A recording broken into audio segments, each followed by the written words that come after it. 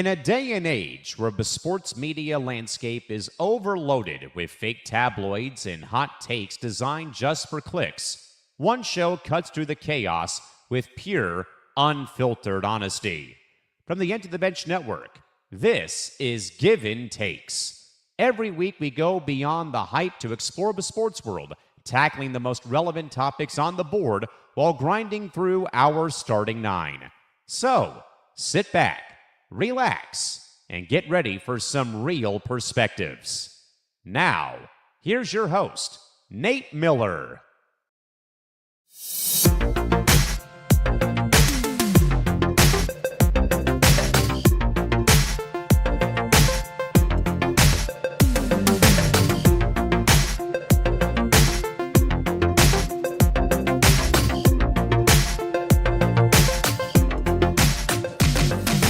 Hello, everybody.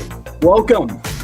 It is Monday night, 10 o'clock, and it is time for Givin Takes. I already got over 100 people in here. That's great. A lot of people popping out on their Monday night to hear me talk about sports. I'm Nate Miller. For those of you who don't know, for those of you who did know, of course, that's just old information being recycled. This is Givin Takes, the online sports show where every week I'm sitting down with you all to talk about sports. Here live on my YouTube channel, Givin Takes, live on the ETB network, the Bench network, live all across Twitter as well. So many places for people to watch. If you want to watch more of me on other Empty the Bench shows, you can catch me on Hitting for the Cycle Thursdays at 8:30 and Unnecessary Wagers Fridays at 5. And as always, follow me on Instagram and TikTok at Givin Takes, and on Twitter, Instagram, and TikTok, you can follow the Empty the Bench network at ETB network. And then on YouTube, if you're watching it here, you already know where to find that content. But if not, it's youtube.com/the ETB network. So with all that being said, as always, a fun sports week behind us and more fun sports weeks coming up. A lot of stuff to look forward to, not in terms of just next week, but big events that are coming up now. A lot of changes in the sportscape on multiple levels I want to talk about, and I'll show you just exactly what we're talking about as I flash up onto the screen this week's starting nine. As soon as I can get it up here, there we go. Leading off, we're going to be talking about the World Cup atmosphere across North America ever since the World Cup came here. Quick, fun topic. I have a couple thoughts on that. I think it's been very fun to see.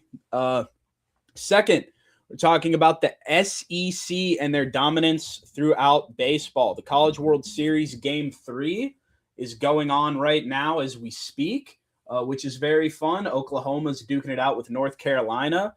We're going to talk about that. I'm going to get a live score update for you when I can.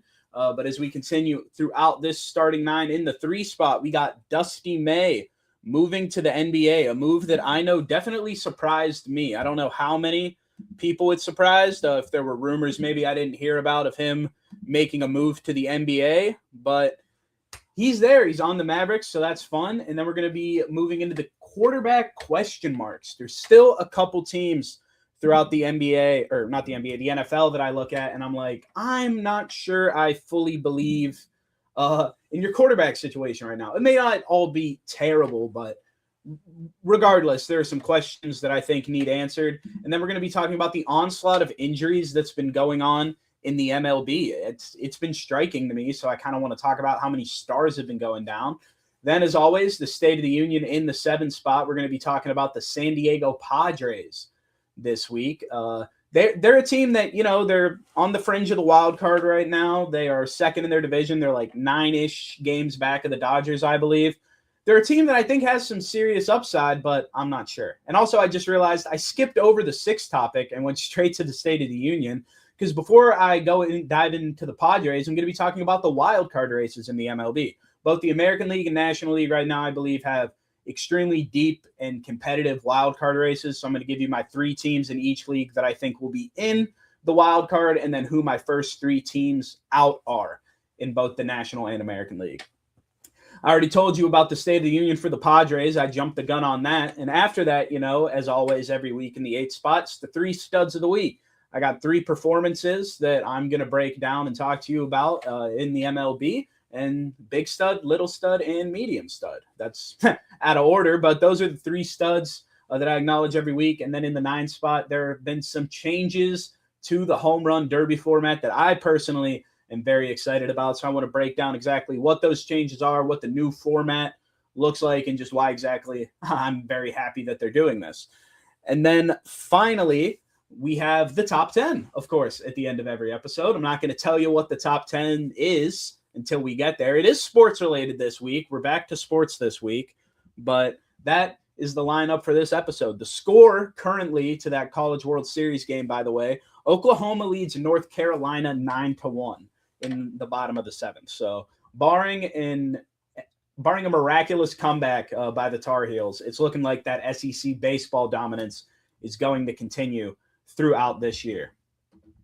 So with all that being said, it is time now for us to get into our first topic, which is the World Cup atmosphere. I've been such a big fan of this World Cup, everything about it so far, from the games to just everyone it has brought to the country. I mean, I honestly didn't fully know what to expect whenever, what's it called? I didn't fully know what to expect whenever I saw that the World Cup was coming to the U.S. And I think that's partially because I really didn't think into it too much. I knew the tournament was being held here, but I don't think I ever really thought about how many fans would be showing up in masses from all throughout the world to come here and watch these teams. It's something that I never really thought about before. But now that it's here, I absolutely love it. And I really hope that this gets the U.S. to a point where we can continue to host more stuff like this. I believe it's like 2028, the Summer Olympics come to LA. I think I have that right, but that's sounding like that'll be a great time too, because there's people from all over the world, all across the United States in these different little niche cultures. And I love that. I mean, the Scots in Boston has been absolutely amazing. The Tartan Army has just taken over that city. They're drinking so much that the bars are running out of beer. I absolutely love that. I mean, whoever decided to put the Scots in Boston for the World Cup is a genius, because that has just been absolutely great up there. I mean, like I said, they've been taking over Red Sox games. I saw them at a Marlins game. I think it was today, actually, which is pretty cool. There have been the bagpipe drum sessions on the street. I've seen a bunch of those videos online with someone playing the bagpipes, someone drumming, on the plastic barrels on the street, just making street music. I think that's all been super cool. I've loved all the Japanese and English fans who are trying out Texas barbecue. I've seen a lot of those videos online as well. They're down in Texas. The South Koreans have seemingly had like a fantastic time in Mexico with those fans. They're smuggling ranch dressing home because they love it so much. People that don't have ranch in these other parts of the world experienced here and loved it so much that TSA had to be like, you cannot take ranch in your carry-on on the flight. Like, they've had to confiscate so many condiments. It's unbelievable. And just everything that has come out of this has just been super positive, I feel like, which is just absolutely fantastic. I love it. I mean, it's just feel good. It's a feel good story. Every time it seems like you look into the World Cup, regardless, like I said, whether it be the games or just the people who are here and the environments that are being created around it, it's all been positive so far. And I've absolutely loved that. And I didn't really expect that, not like for any bad reasons or anything. I just wasn't thinking about it. And I'm very happy it's happened. So like I said, it's feel good. Now we're going to move into our second topic now, which is talking about this baseball dominance, this stranglehold that the Southeastern Conference has had on collegiate baseball for the better part of the last decade. I mean, it's one of the most dominant runs in not only collegiate sports by a conference, but I think in any sport by any collection of teams like this. I mean, they've won every College World Series since 2019, which at this point is 6 in a row. And given that they're currently ahead by 8 in the 7th inning against North Carolina, it's looking like Oklahoma will be winning the 2026 College World Series and making it 7 in a row, because in 2019, Vanderbilt won it. In 2020, due to COVID, there was no tournament. In 2021, Mississippi State won it. 2022, it was Ole Miss. 2023 was LSU. 24, Tennessee. 25, LSU. And now in 2026, it's looking like it's going to be Oklahoma. So just an absolutely dominant run by that conference in this sport. Oregon State is the last non-SEC team to win it all. That was back in 2018. And it's just unprecedented. I mean, with an Oklahoma win tonight, it'll make it 7 straight titles for the SEC in college baseball in 8 of the last 9, because Florida won in 2017 as well, and then before that, it's Coastal Carolina and Virginia. So that the Florida win in 2017 is really where this dominance started for the SEC. 8 of 9, just absolutely amazing. If North Carolina were to somehow come back in this game tonight, which albeit it's unlikely, but in baseball, anything's possible. It would be the first for the ACC since Virginia in 2015. It's been a long time since the ACC has won. It's really been a long time since anyone but the SEC has won. I mean, still, that's 8 years for the Pac-12 that it's been with Oregon State winning. But just dominance any way you cut it. Like I said, I'm interested to see how this continues through these next couple years, if it'll continue to just be this SEC dominance, because it's not just by one team either, too. Vanderbilt, Mississippi State, Ole Miss, LSU, Tennessee, and now Oklahoma. That's 7 unique teams winning it over these 8 championships. The only one to do it twice being LSU, and then obviously increase each of those by 1 if you want to count Florida from 2017 in this run. I mean, just shows how deep the conference is, how versatile it is. I mean, the SEC for baseball, I think, is the hardest conference in all of college sports. I mean, you can say whatever you want about SEC football, Big Ten football, Big Ten basketball, Big 12 basketball. SEC baseball, with how deep and consistently good that conference is every year, in my mind, makes it no doubt the most competitive conference in any college sport. But with that being said, and I guess probably an early congratulations to Oklahoma might be due. I mean, they're up 9-2 now in the top of the 8th, so North Carolina has gotten a run. But we can probably give an early congrats to Oklahoma. I'll keep that score up for if this game ends within this hour. I am online with all you lovely sports fans. I will be giving you score updates as we go. But now it's time to transition into the third topic and forget about college baseball for a little bit and talk about Dusty May in the NBA. Dusty NBA. He earlier today, I think it was around like 4 o'clock, I want to say, is when I saw the news that Dusty May had officially left the Michigan Wolverines for the Dallas Mavericks. As I said at the top of the show, I never really heard anything like rumors-wise about Dusty May possibly going to the NBA. I had heard some rumblings that maybe he would be going and taking the Duke job potentially, which I thought was very unlikely because in my mind, I'm like, why would you leave a team that you just won a national championship with? Like, that doesn't make that much sense. It doesn't happen too often, especially for another college team. Like a pro job, in my mind, him leaving for actually made more sense coming off a championship than another college job. But, you know, season ended early April. He turned down the Duke job, was all like, I'm committed to Michigan. And then I never really looked into or heard much about the position afterwards because I was like, all right, yeah, Dusty May is just going to stay at Michigan.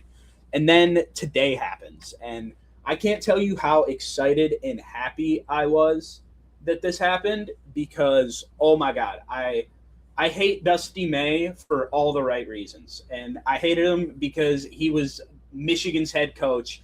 And damn it, Dusty May is a really good coach. And I can feel better about saying that now that he is no longer a Wolverine and he's off in the NBA and not beating my rival because, you know, Michigan was actually formidable with Dusty May. They weren't really before, but he had an absolutely electric run at Michigan. He has left for Dallas.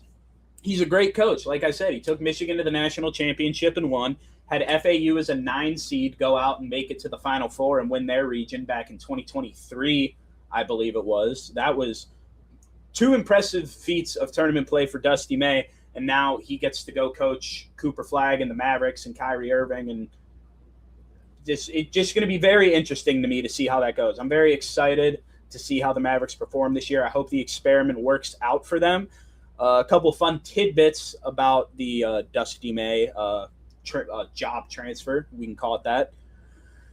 He becomes the first college coach to leave immediately following an NCAA title since Larry Brown in 1998, and the first to jump straight to the NBA since John Beilein, I believe it is pronounced, in 2019. And funnily enough, Larry Brown in 1988, that was the year right before Michigan won the Natty. So a little bit of fun symmetry there with the last time a college coach left right after winning a Natty. And after May's departure, in terms of who's going to be the next Michigan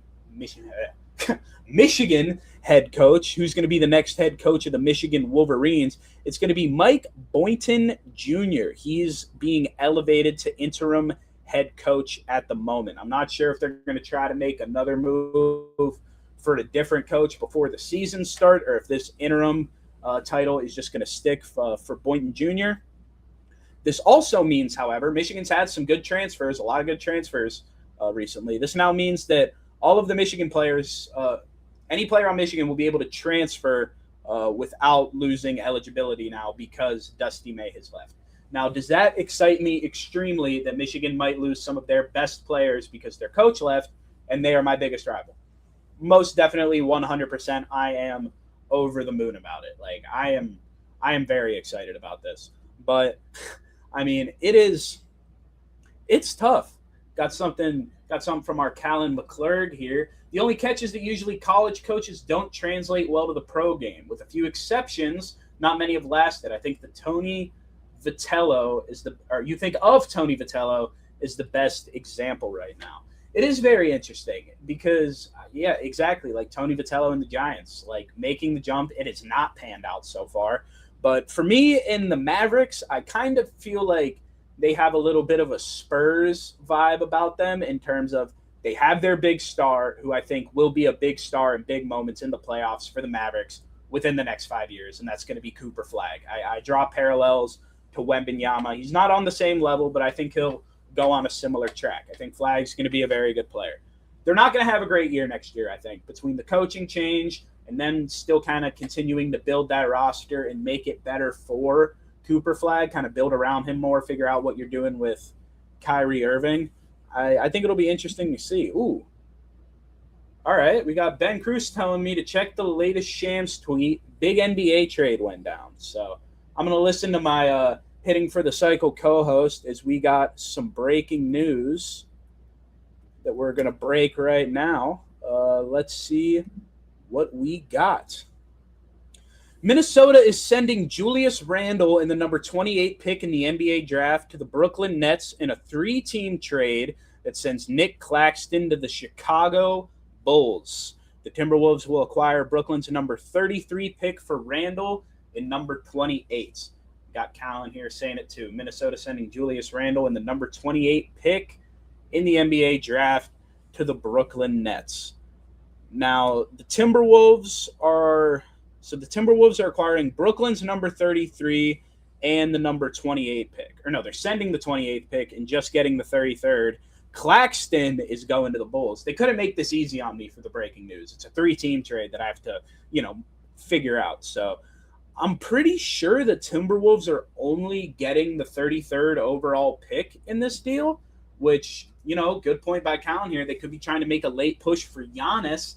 I've seen some rumors about Giannis to the Heat recently. It would be interesting, if maybe this is how they free up some space to go out and get Giannis.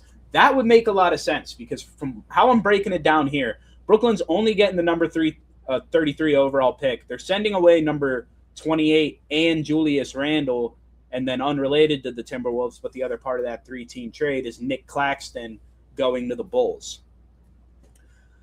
So that's very interesting. I don't know fully how I feel about that. That's a good trade in my mind if the Timberwolves go out and do something.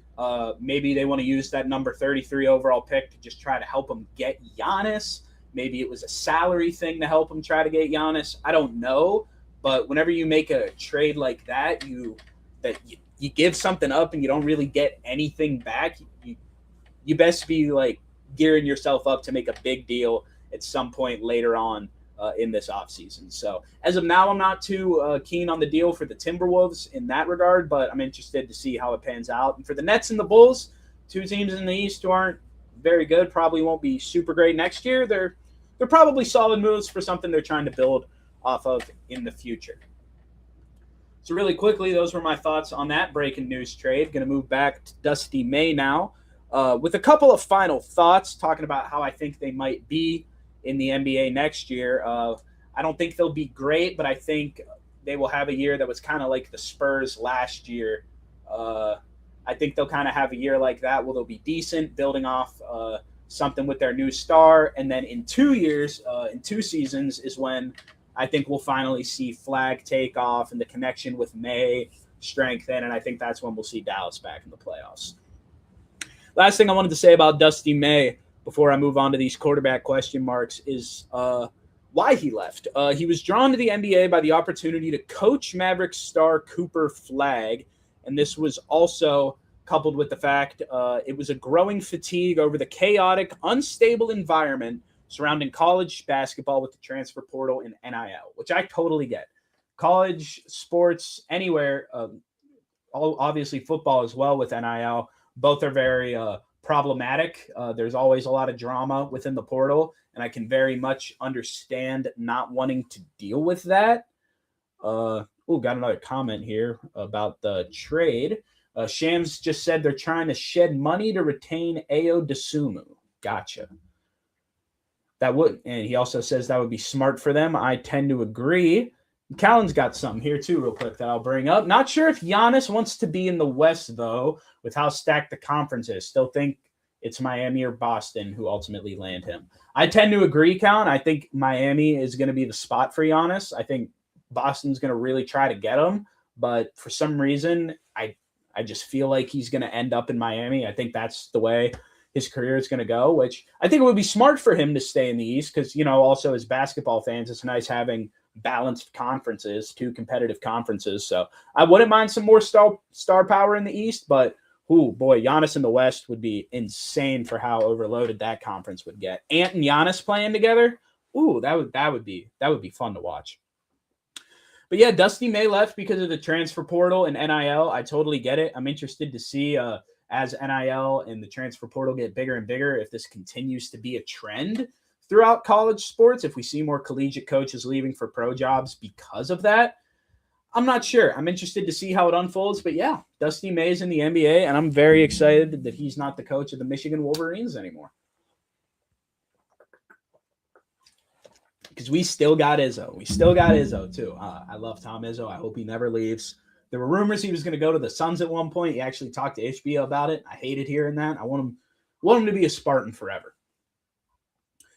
But now let's answer some questions. Some quarterback question marks that I got. I got 3 teams that I have laid out here that I still have quarterback questions about heading in to this NFL season. Not, like I said at the top, not all inherently bad questions, but just quickly, some questions that I think need answered. The first are regarding the Chiefs. How healthy is Mahomes going to be? How much time is he going to miss following his torn ACL and LCL that he suffered in December?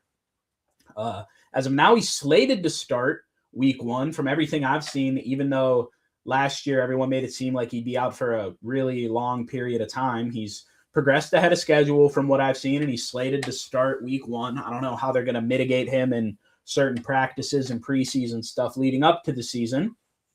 But yeah, they say he's going to be healthy for week 1, but is he really going to be Mahomes in week 1? I mean, what kind of Mahomes are we going to see? How healthy is he really? How prone to injury is he going to be? Obviously, a big part of Patrick Mahomes' game is his mobility in the pocket and scrambling out to make plays. It's not like as a quintessential part of his game as like a quarterback like Lamar or something, but part of what makes Patrick Mahomes so great is his ability to use his legs and pick up like 7 or 8 yards and like 2nd and long. Like that's something he's done really well. He's picked up clutch 3rd downs with his legs throughout the years. So he needs those legs to be like that really, really good version of Patrick Mahomes. So my questions are just, are you really going to be getting Patrick Mahomes? Should you be trying to start him week 1 or because you weren't a playoff team last year with healthy Mahomes for the majority of it.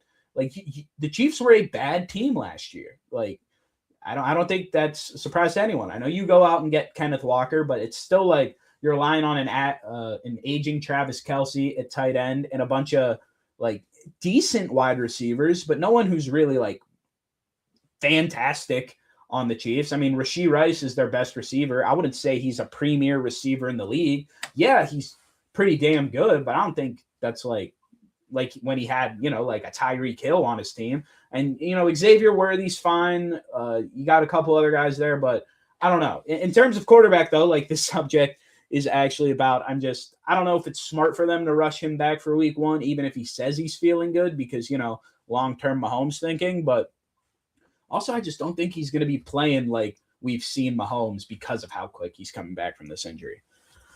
Next, I want to talk about the Falcons. Is Penix enough for this hopeful Falcons team this year? They've made some moves this offseason to put themselves in a position to win what is a fairly weak division, competitive but weak, with the Panthers, Buccaneers, and Saints being the other 3 teams in there. They were 1 game shy of missing the playoffs last year, 8-9. So in terms of that, you're like, oh, yeah, that's good. That's great. I know Penix was injured for some of it, but we brought it around. We were a good team. You were a lot better with Kirk Cousins, though. Cousins was 5-3. That was his quarterback record last year through 8 games. Penix played 9. So basically, they split it half and half. Pretty fair, even sample size. Penix went 3-6. Now, I didn't go through and break down the quality of each of their wins and the opponents they were facing, how they won, all that, because there are obviously more like specific, intimate details throughout all of these wins that factor into that. That's not all solely on the quarterback. I understand that, but granted, Cousins won you more games than Penix did last year. Do you, and like I said, this is what leads to these questions. Can Penix win the games that Cousins won for them down the stretch last year? How healthy is he going to be? Is he going to be able to play his best football? Because it's already looking like he's going to have an injury-filled career, unfortunately, with how consistently hurt he's been throughout these, early stages of his career. I don't know if getting rid of Kirk Cousins and not bringing him back and keeping him was the right move. I don't know if Penix really is the answer. I think you're still trying to, I don't know what the right word for this would be. You're still trying to convince everybody that you made a good first-round draft pick with Penix at 8. I can't remember what draft it was. I think 2024 maybe. But it wasn't. It just wasn't, maybe 2023 now that I think about it. But regardless, it wasn't a good draft pick then. It's still not a good draft pick now. That's not to just hate on Michael Penix. He never really fit your system when you had Kirk Cousins. It didn't make sense. You could have bettered your team elsewhere. And you bring this guy in and it's like, oh, why? And then you're consistently still trying to push him onto the Falcons fans as the QB1. I think if he's not a first-round draft pick for the Falcons and they drafted him in the 2nd or 3rd round, then they wouldn't consistently be trying to start him this much. I can appreciate not giving up on a guy, but also when you get to a point, you starting a quarterback hurts the quarterback and your team. It is not going to be beneficial for everyone when a quarterback is in a situation that doesn't fit him. So I think this might need to be the last year for Penix in Atlanta if it doesn't go well, but I'm interested to see if he's going to be enough for the Falcons to make some noise this year in a division that they very well could win. And then we're going to keep talking about Kirk Cousins, actually, as I move on to the 3rd team that I have a quarterback question for. It's the Las Vegas Raiders. Now, these ones aren't bad questions necessarily, kind of how I had with the first 2 ones. Is this really a good idea?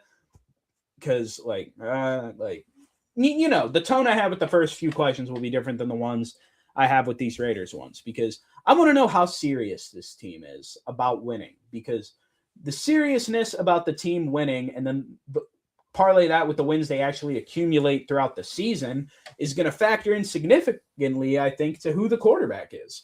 I mean, because you have Kirk Cousins, who, as we saw last year, and I just talked about, won some decent games, almost put his team in a playoff position after it looked like they would be nowhere close to one. I mean, I actually think they were eliminated in week 14 or 15, but then consistently just won out and stayed 1 game back. So that was great. That was good on Kirk Cousins, good quarterback play. How much does Kirk Cousins start? I think he's the confirmed week 1 starter from what I've read, but how long does that stay up? Is there a chance that Mendoza outplays him and gets to week 1 start?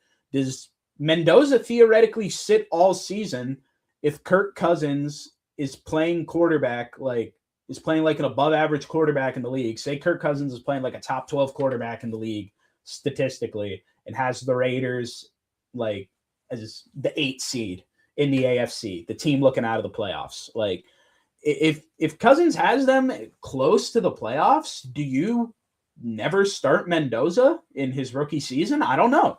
I think it'll be interesting to see. Now, will that be how the Raiders season unfolds? Probably not. Like, given the rest of their personnel, it's looking like it'll probably be another year where you just workshop things, figure things out, and build a young core up. But I mean, they drafted they signed, I think it's Tyler Heineman is his name, was Baltimore's center last year, is now Vegas's center. He was the best offensive line prospect, not prospect, I guess technically a prospect, but in terms of free agency, he was the best offensive line prospect in free agency. And you have Brock Bowers, you have Ashton Genty, you seem to have quarterback. You got some solid wide receivers like Tyler Lockett, Trey Tucker. I mean, this isn't a bad, like, on paper, the defense, you still have Max Crosby. Say what you want about the rest of it. It has its problems, but it's a team that should probably win at least double the games they won last year, which is only like 4 games, but still, that's a step in the right direction.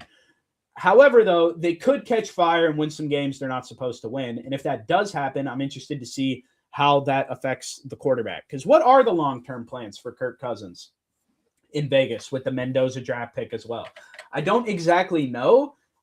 Is there a chance we see like a multi-QB system be attempted in Vegas? There's some, I think most recent time we've really seen an NFL team try to attempt that is the Steelers, when they had like the set Russell Wilson packages and then the set Justin Fields packages that were different. I mean, that's one thing, but I'm interested to see how they play Mendoza and Cousins. I'm not sure who's going to play more. I'm not sure who's going to play better. I mean, there's a lot that could go down. Got another comment here. My buddy Burns, Mendoza doesn't deserve to start week 1 over Thuggins. Knowledge from Cousins is Mendoza's best attribute. Kirko changed Thuggins. I love that. I mean, I agree with you, honestly. I wouldn't necessarily say he doesn't deserve it, but I would say that giving him time to sit behind Kirk Cousins in the Raiders' eyes is going to be extremely valuable. So I do think it's smart for him not to start week 1, but given the season he just had, he definitely, I would say, would deserve a week 1 start. Also saying Caleb Williams doesn't deserve the Madden cover, but I'm glad he's getting worse. I mean, I love it, and I like that too. You like that? I like that. I love me some Kirk Cousins, Spartan dog right there, baby. But very curious to see how that all unfolds throughout the NFL season. And before I get into the 5th topic, as I close the book on that, we'll just take a second. I've had all the comments tonight. I appreciate all the engagement. Got 230 people watching right now. That is fantastic. I love all the support. Keep it up. You guys are great. And now we can get started on the onslaught of injuries in the MLB. I think the MLB has an injury problem that is being talked about in spurts, but not really like the overarching story of it, I feel like, is being talked about. Like, the specific injuries to players will pop up. People will talk about them. Oh, either this guy is injury prone or he's injured again, just how baseball goes. And you focus more on your team, maybe like other guys in your division.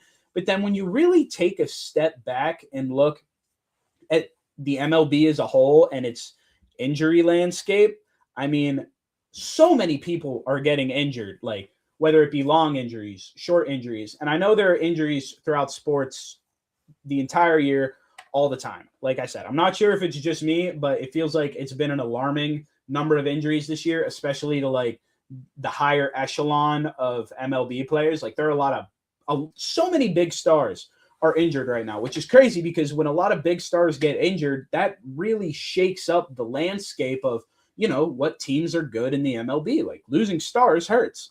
I mean, all the names of players that I'm about to read off are players that are currently on the injured list, or that have like either currently on the injured list, have been injured recently, or have been just dealing with injuries. Bobby Witt Jr., Francisco Lindor, Shane Bieber, Max Scherzer, Clay Holmes, Corey Seager, Jack Leiter, Ellie De La Cruz, Jack Flaherty, Trent Grisham, Max Fried, Jared Jones, O'Neal Cruz, Connor Griffin, Mike Trout, Will Smith, Teoscar Hernandez, Jackson Holliday, Adley Rutschman, Mike Soroka, Aaron Judge, Ronald Acuna Jr., Trey Turner, and Jose Ramirez. That's just who's injured right now. That's a lot of top 20 guys in the MLB injured right now. And there's also that doesn't even factor in the guys like Tarek Skubal, who was on the IL for a long time this season. There have been other guys like Ohtani who have had quick spurts, but have still spent time on the injured list. I mean, in terms of like Ironman and MLB and anyone like it, that just feels gone. I mean, I think Matt Olson currently has the longest consecutive game streak in the MLB, which I believe is getting close to 900 or 1,000 if it's not already there, or if he's missed a game, I'm not entirely sure. But the concept of the Ironman in the MLB just feels like it's going away.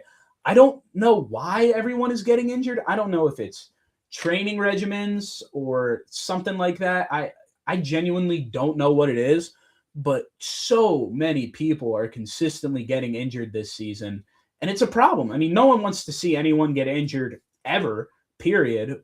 But at the same time, it's like, God, like MLB's got to figure this out. I don't know if they're hiring poor training staff or what, but you can't afford to have this many of your biggest stars hurt at all throughout the course of a season, let alone at one time, missing time. It's bad for the sport. It's bad for these teams who pay hundreds of millions of dollars to have these guys on their roster.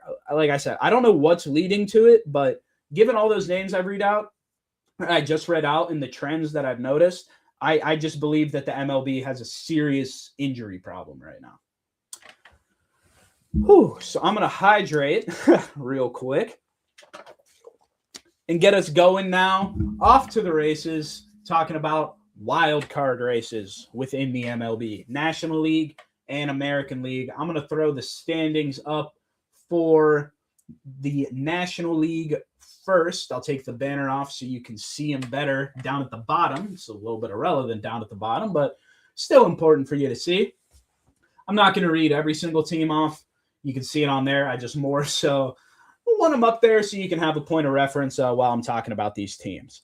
So, as I said at the top, I'm going to be giving you 3 teams who, as of today, I predict will be in the wild card. And then I'm also going to be giving you 3 teams that I think are going to be the first 3 teams out of the wild card.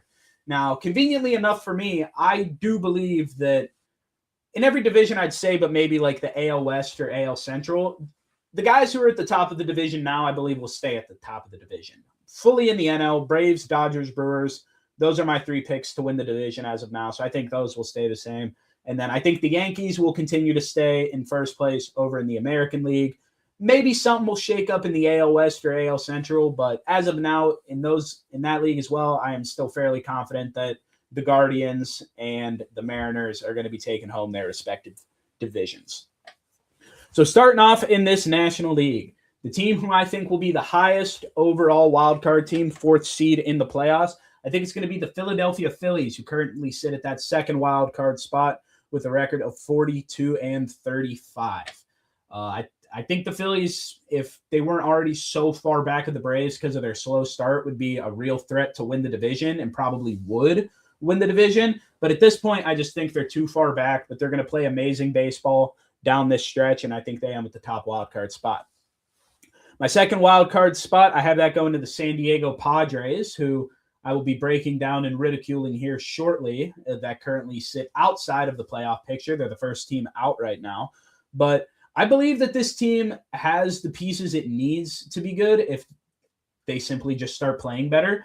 And I also think that if they make some moves at the deadline, potentially, that they could propel themselves back to being a playoff team. So I know it hasn't looked great for them recently. They're a couple games back of the Phillies, but I think they'll find it and make their way up to that 2nd wildcard spot. I'll tell you exactly what they need to do to fix it after we move over to that State of the Union here shortly. In the 3rd wildcard spot, I got the divisional rival St. Louis Cardinals at 41-34. That's simply because of all the rest of these teams like that you see, like Cubs, Marlins, Nats, Diamondbacks, Pirates, add the Cardinals in there too. Not only do they currently sit at the top of the wild card standings as the highest overall wild card seed, but they just don't really have like the glaring weaknesses that I see from these other teams that I'm going to be having missing the playoffs. Like these teams they have big glaring weaknesses. And for the Cardinals, like I said, going into the season, I thought they would have big glaring weaknesses, specifically on the offensive side of things. But as we continue to inch closer and closer to the All-Star break and the halfway mark of the season, the Cardinals have yet to fall off. So now that we've gotten to this point, I have faith that they'll keep it up. I still don't think they're going to be up to the level of the Phillies and the Padres much longer, but I still think they'll be in the upper echelon of those mid-tier NL teams, and I think they'll nab the 6th spot. In terms of the first 3 teams I have out, first team I got out is my Pittsburgh Pirates. The bullpen, the offense is amazing. Situationally, sometimes they're not, but for the most part, the offense is able to put up runs. The starting rotation hasn't been fantastic as of late. They've been okay. So those 2 things alone will continue to win them games. But what won't win them games and what will continue to actively lose them games is the bullpen. They traded Joey Bart for Hunter Stratton. So in that regard, like it's a nice step in the right direction that they're trying to bolster the bullpen. But like I said, until I see more, whether it be like the relievers playing better or better relievers acquired, I just don't think they have the bullpen right now to make the playoffs. But with their rotation and offense, they'll continue to win a lot of games and be in the conversation down the stretch. Like I have a feeling I'm in for a heartbreak in late September, but we'll see. It's better than knowing your season is over in April. I'll take it. My second team out is the Cubs. I think the Cubs are a very streaky team. I think their pitching is absolutely terrible, but they're still a solid enough team that's going to continue to win games and be in the mix late. I just think the pitching is too glaring of an issue once again, and it's not like necessarily their own fault. They've been burdened with injuries pretty heavily this year. But once again, though, I mean, depending on what this team does at the deadline, they could potentially make a push for the playoffs, albeit unlikely in my opinion, because they're just too streaky. They'll probably have another streak where they get really, really hot, but I believe they'll still have a couple where they are very, very cold as well, because that's just how this Cubs team has been so far this year. And then my third team out in the National League, I have the Washington Nationals, who you can see currently are the 3rd team out. Other 2 as well, might as well mention. Pirates are the 5th team out. Cubs currently hold the 3rd wild card. But the Nationals are just so good offensively and so terrible defensively in terms of pitching. Like it's comical. They're like the Cincinnati Bengals of the MLB is what I meant. They're able to put up an exuberant amount of runs every single game, but they tend to give up the same amount or more basically half the time. It's like a coin flip every night if the Washington Nationals are going to win. They're 40-38 right now. If they went out and got like a good starting pitcher and a couple of decent relievers that stop them from giving up hundreds and hundreds and hundreds of runs with as good of an offense as they have, I think they would be a really good team. But it's not something you can just totally, fully fix at the deadline. I do think, though, that the pitching, it's going to hurt them and hold them back a lot. But they're also going to win more games than they should. And given that the NL is kind of starting to separate a little bit, I do believe that the Nationals are going to be consistently beating these better teams or worse teams more often than not, which, will propel them into that upper half. I don't have the Marlins staying up here for long. They've been hot, but I think they're going to cool down and probably just not do too much at the deadline. So that is the National League, and really quickly, I'm going to do the American League as well. Those are up on the screen for you now.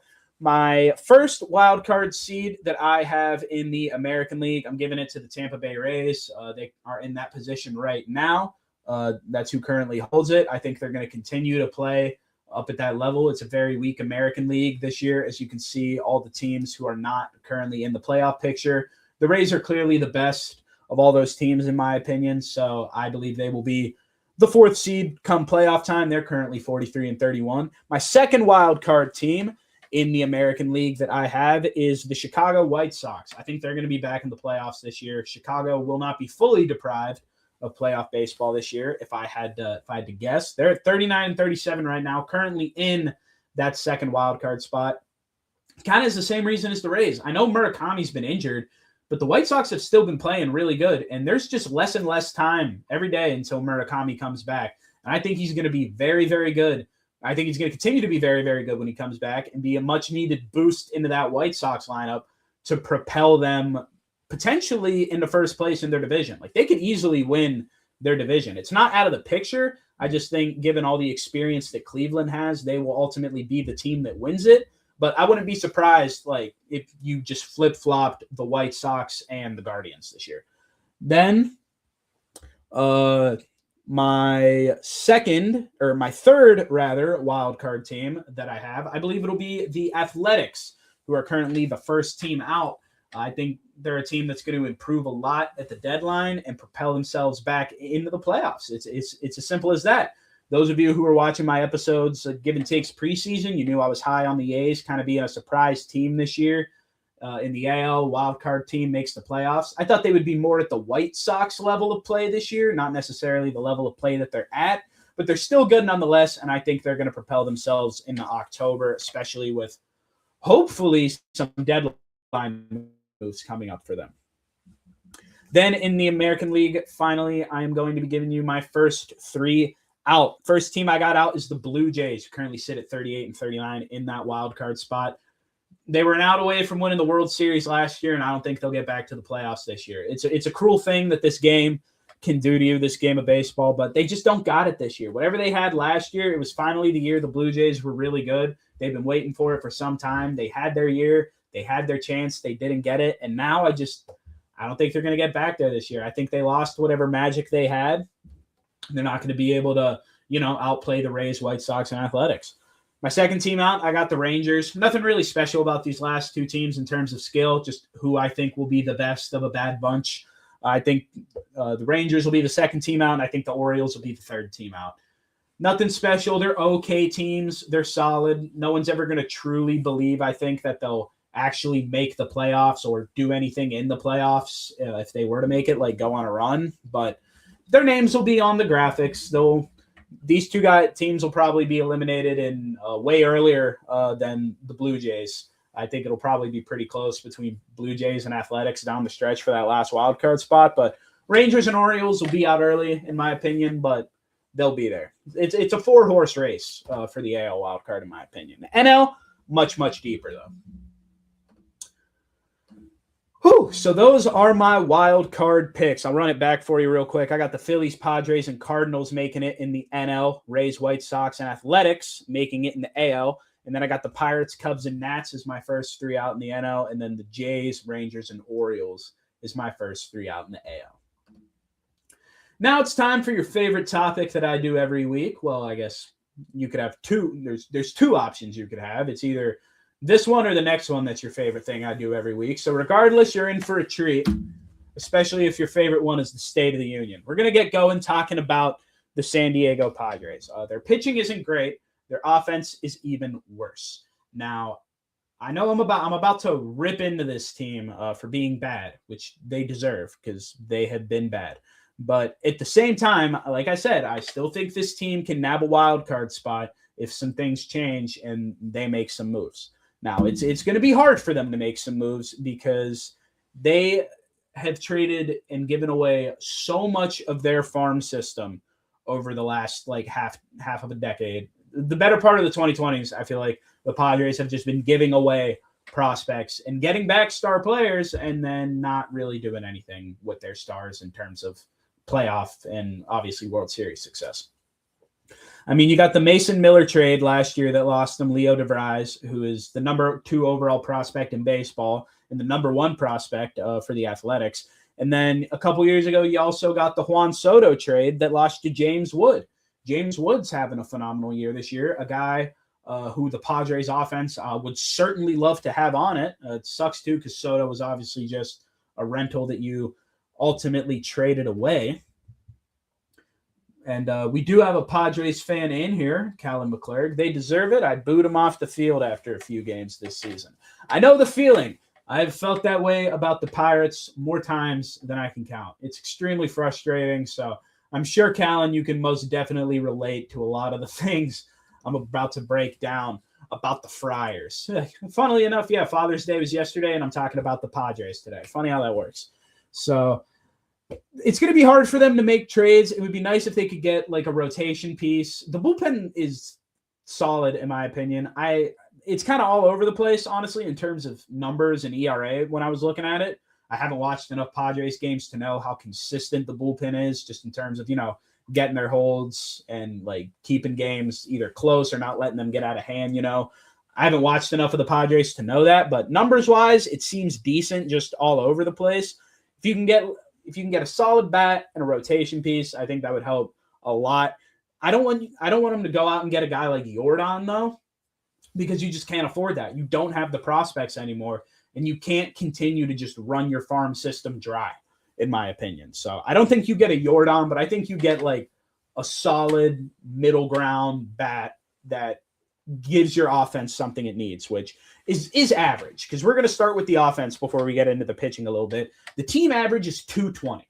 Get yourself a contact guy. Offer it. Go see, hey, Luis Arias, you're not doing good on the Giants at all. You used to be on the team. How about we bring you back? That would be a great start because you need a guy that can hit for average. The team's slash line is 293, 364, 656. Their on-base percentage is under 300. That means less than 30% of the time the Padres are getting on base.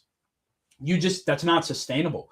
You can't keep that up. That's a bad on-base percentage as a team. Now, granted, I didn't look like across the league how this fares, but I just feel like how this stacks up against other teams across the league. I didn't think to do that. But when I look at 293 on base percentage, that's not even guaranteed one in every three guys in your lineup is going to get on, which just doesn't feel like a remedy for success. The 364 slugging, you're not really hitting the ball that hard either. I mean, Machado leads this team with 13 home runs. 13 home runs is the leading number for this team in June. That's a little too low for the Padres. Tatis still only has 2. You have 78 homers in total. The team has struck out 645 times, has only walked 241. I mean, you're not hitting the ball very hard. You're not getting on base that much. I mean, it's just not good. I mean, guys like Tatis, it's like, okay, he's leading the team in batting average in 285. That's nice. 26 RBIs is low. 2 homers is bad. 13 doubles is fine, but it's not the Tatis numbers you really expect. I mean, Machado is only hitting 179. He's amidst one of the worst offensive seasons of his career, yet he still leads this team in home runs and RBIs at 13 homers and 41 RBIs, respectively. Fernando Tatis Jr. leads the team in on-base percentage at 349 and with hits at 82. I mean, they kind of just got Tatis and Machado leading everything and no one else really able to help him out that much. I mean, Campusano is slugging 596. I think that's like the highest slugging percentage on the team, and he's only had 52 at-bats. Of the guys that have had over like 100, I mean, the guys that have had over 100, the highest I think is Gavin Sheets at 450 for slugging, which is good, but like you need some guys who are slugging like a little bit better, getting on base a little bit more of the time. So everything about the offense is just subpar, and you need a couple guys that can go in there and be better. Also, while we're talking about baseball, I'll give you a little live update. Oklahoma now up 13-2 in the bottom of the ninth. So that game is about to end. Congratulations to Oklahoma for 99% likely winning the College World Series this year, continuing that SEC dominance we were talking about earlier. And like I said, yeah, the offense is just bad. And people have really focused in and harped on the Padres offense this year that I don't think enough criticism has gone to the pitching where it's needed. See what Callan has to say with some of his comments. Starting pitching, left fielder without Laureano and bench piece, lack of farm system capital, waiting for the new ownership to be approved, and a brutal schedule with the Dodgers and the Braves means season over. Well, I have more faith in you, Callan. I have faith that they're going to turn it around. But obviously, real fans know best. And obviously, the injuries that I was going to talk about, but Callan listed them out for me, making them a nice little graphic for me to have out on the screen. Pivetta, Musgrove, Campusano, Cronenworth, etc. have not been very good. And the offense, as Callan is saying as well, is either last or dead last in almost every category, which makes sense. This team is bad. 78 homers, like I said, only hitting 220. Just not very good. But now on that pitching side of thing that I wanted to talk about, the only real bright spot, like the brightest spot that they got, is obviously Mason Miller, who's got his .87 ERA this season. The team ERA is 3.9, which is a little higher than you'd like, almost giving up 4 runs a game. Team whip is 1.3. That's not amazing, but it's not bad either. 1.3 is pretty solid. You're averaging 8 strikeouts a game as a pitching staff. You've only given up 74 home runs, so those numbers are all solid. But where I start to lose the rose-colored glasses with all these pitching stats is when you get to the starting pitching ERAs of guys for the Padres who have clocked 40 or more innings this year. Michael King has a 3.6. Vasquez has a 4.1. Walker Buehler's got a 3.9, and Canning has got a 6.6. Those are the guys who are pitching the majority of your innings for you this season, and none of them have an ERA under 3.5. That's not going to win you games.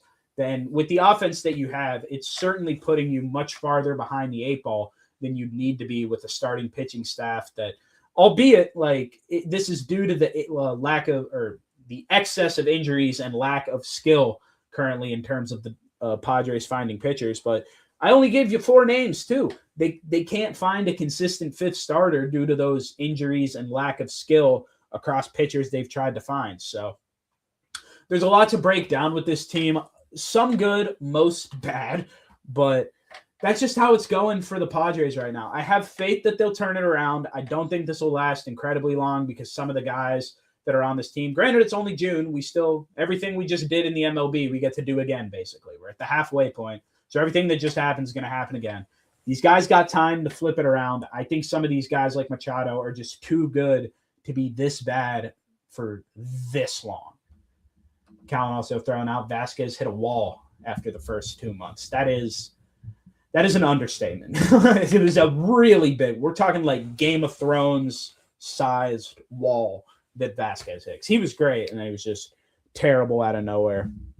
But that is the state of the union for the Padres. There's a team that's bad now, but I think this might be the most hopeful state of the union I've ever had. I do think this team has a chance to be better and make the playoffs. Whew. And now it is time for the other topic I do every week that I get you excited for. It's the 3 studs of the week in the 8th spot. Starting off with our small stud. These are all for single game performances, by the way, this week, because there were so many amazing single game performances this week that I kind of wanted to do it off that. Some history I want to talk about. First off, PCA. Pete Crow Armstrong is my small stud of the week. Hit the first cycle in the MLB this season. Did it against the Rockies. He got picked off immediately after hitting the single, though, which I thought was very funny. He had a reverse cycle. He went homer, triple, double, single in his 4 at-bats in that order. That is how he got the cycle. And he's kind of propelled himself a little bit into like the MVP dark horse conversation now in the National League. He has a lot of ground to make up still. He has to play at this like high level for a couple more weeks before I think he can afford to level off in terms of trying to win the MVP. But yeah, PCA has been on fire. Next up is our medium stud. It's Kyle Schwarber. I almost said medium stud because of the Schwarber, but we can call him the medium stud this week. Kyle Schwarber. He had a 4-homer weekend against the Mets, which included a 3-homer game, and which then included 2 that he hit in 1 inning. So 4 homers, 3 in a game, and 2 in 1 inning. 4-3-2-1 right there for Kyle Schwarber. He's leading the league in home runs. He hasn't stopped. It's absolutely incredible. I'm pulling it up here. He's got 29 home runs. Absolutely. He's having a season. I wouldn't say he's a dark horse, but he is. If he can get his average up and push that over 60 homer number this year, I think he's going to seriously rival Ohtani for MVP.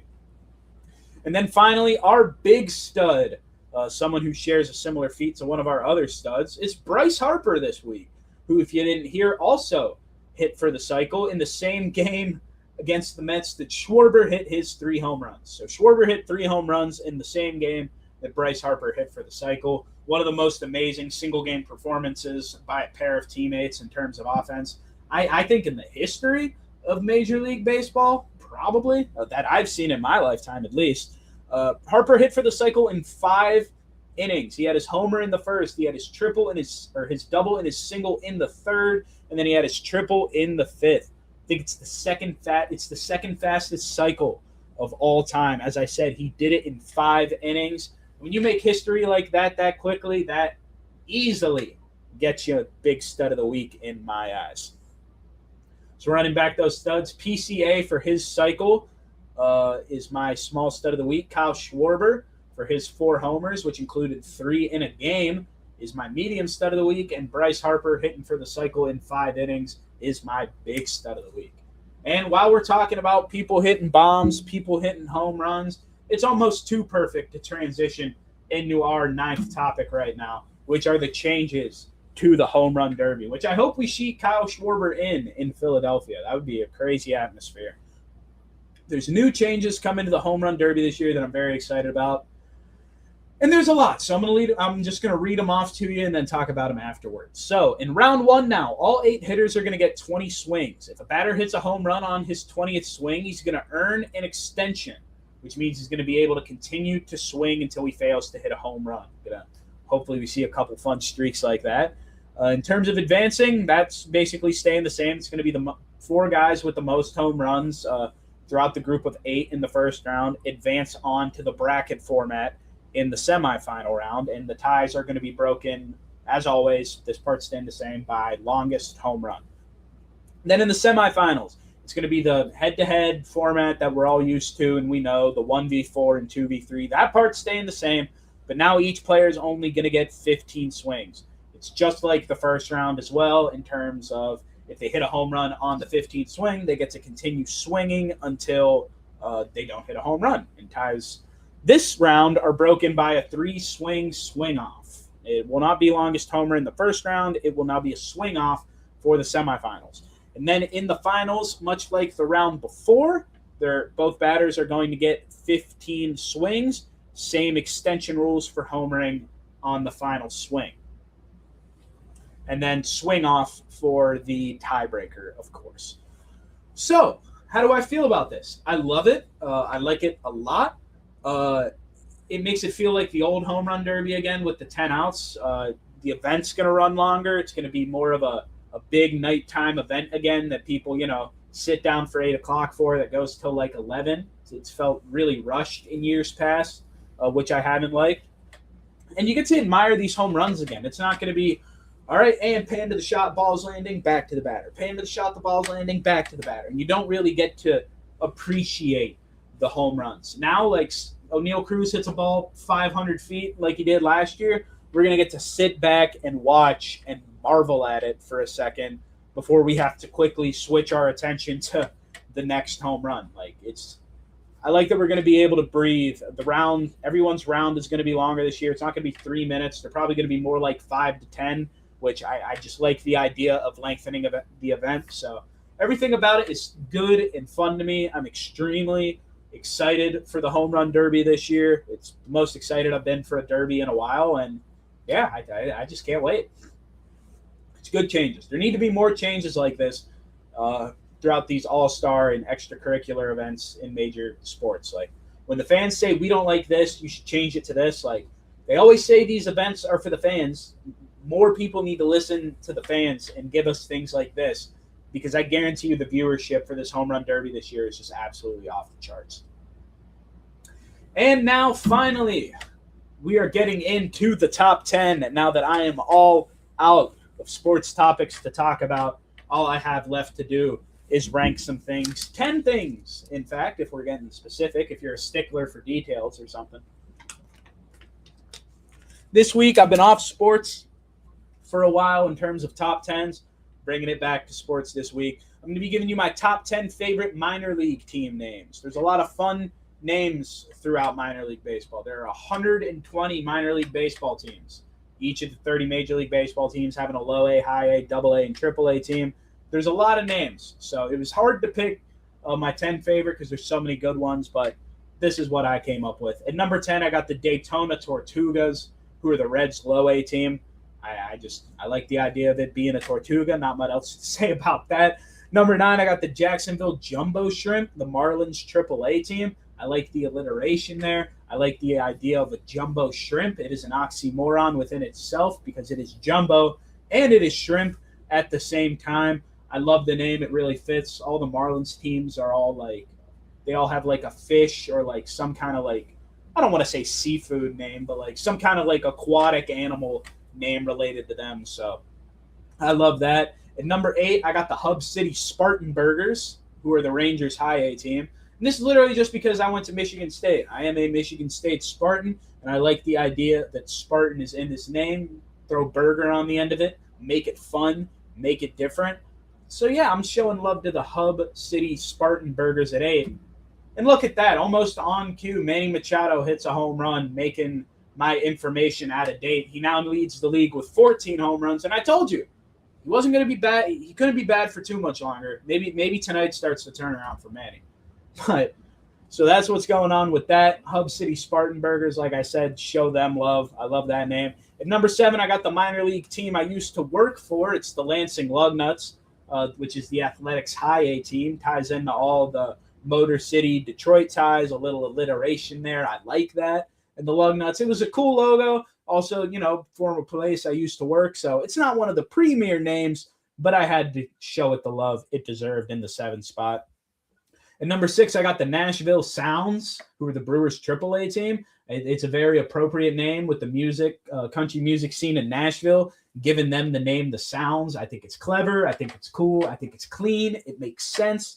And it's at number 6 on my list. At number 5, I have the Rome Emperors. They're the Braves High A team. And that's because it's a double entendre. It's a clever name. Rome Emperors, you think like, emperors in Rome back in like ancient times. You think of that kind of emperor. But no, you look at the logo, and their logo is a penguin who is dressed up as an emperor. So they also factor in an emperor penguin. And I love penguins. That's my favorite animal. So bonus points all around there. Clever wordplay, good logo for the Rome Emperors. They got it all going on up at number 5.